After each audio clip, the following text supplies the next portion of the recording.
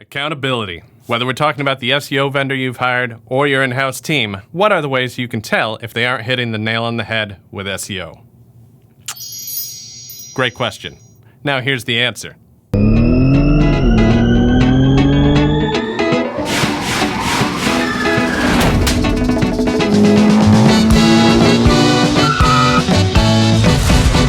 We're looking for some accountability because lots of people are saying words at you and you have no way of knowing whether it's fact or fiction. And frankly, the SEO world has a bad habit of not always being good actors when it comes to data and client accountability. Well, here's a couple of ways that you can have an idea of whether things are happening, when they're happening, and how well things are going. Number one, you can look at your sitemap.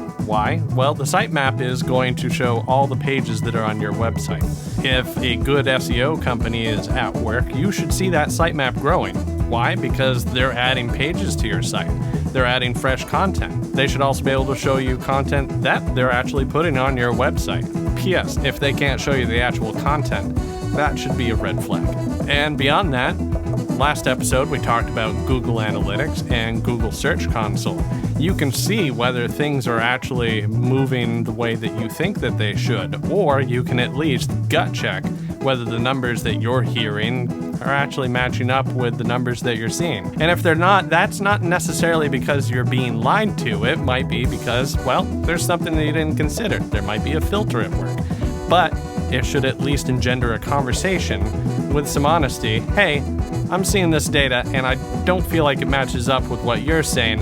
Can you help me understand what the difference is here? Chances are that conversation is going to turn out great for you. You're going to learn something from a person who is a bona fide expert if you've got a good SEO person on your side. And if they suddenly get uncomfortable and stop returning your calls, well, it might be time to stop paying on that invoice too.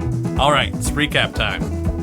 Accountability is a rare commodity in the SEO world, so you need to hold your SEO provider to task.